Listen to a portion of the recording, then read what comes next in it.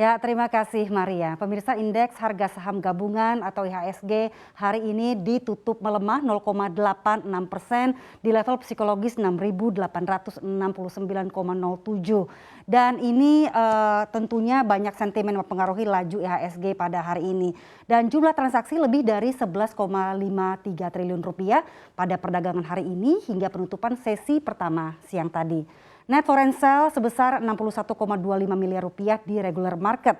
Kapitalisasi pasar senilai 8.695,016 triliun rupiah dengan total 151 emiten menguat, 382 melemah dan 140 stagnan. Padahal pada pekan kemarin mengalami penguatan hingga 0,81%. Dan di hari Jumat khususnya sesi kedua IHSG ditutup di zona hijau pada level 6.928,32. Namun tampaknya laju IHSG hari ini tidak berjalan mulus. Ada sejumlah sentimen yang mempengaruhi laju IHSG pada perdagangan hari ini. Di antaranya tak lain adalah invasi Rusia ke Ukraina yang terus membebani sentimen investor secara global. Rusia mengancam perang bagi negara-negara yang memberikan sanksi kepada Rusia. Rusia bahkan menyebut Amerika Serikat sebagai bandit ekonomi.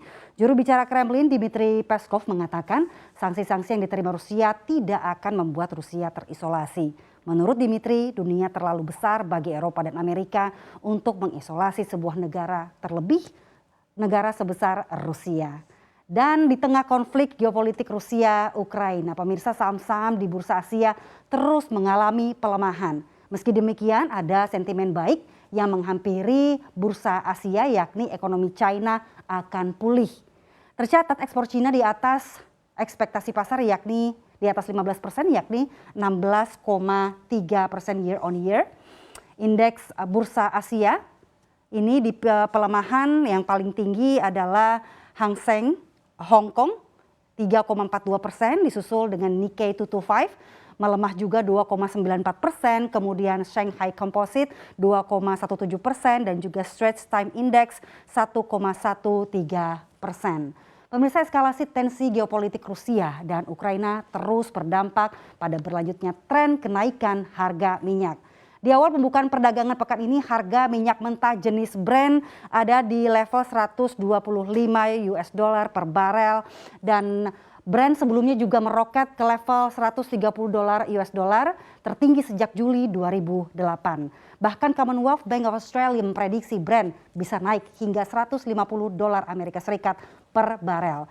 Sementara harga minyak dunia jenis WTI ini di angka 128 US dollar per barel.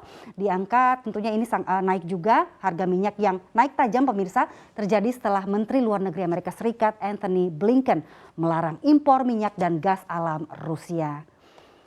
Dari domestik, pemirsa, harga komoditas yang melonjak ini terutama, mari kita lihat bersama. Ini harga batu bara naik ini menjadi 418,75 US dollar per metric ton dan tentunya ini penopang IHSG.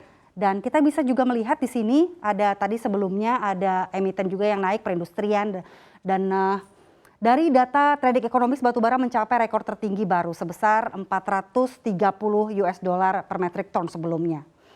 Dan sanksi yang ditujukan Rusia membatasi akses ke pelabuhan-pelabuhan Eropa memicu serbuan perusahaan-perusahaan di Asia dan Eropa untuk mencari pemasok alternatif seperti Australia.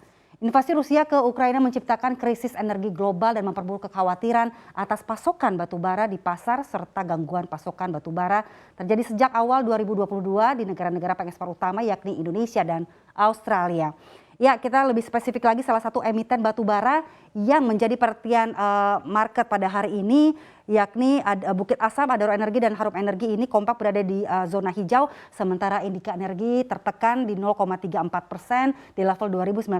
Kita fokus ke Bukit Asam yang mengalami penguatan 2,26% di level 3.620. Direktur Keuangan dan Manajemen Resiko PTBA Farida Tamrin mengatakan posisi harga batubara saat ini sangat mendukung bisnis PTBA.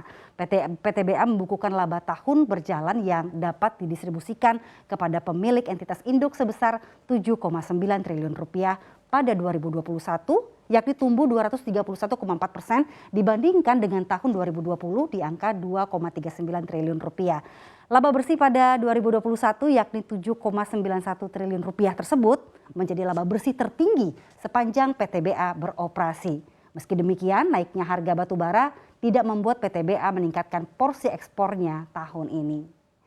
Ya, demikian pemirsa sejumlah sentimen yang mempengaruhi pergerakan IHSG kita hari ini. Kita kembali ke Maria. Untuk mengetahui informasi lebih lengkap dan berita terkait, silakan klik link di deskripsi.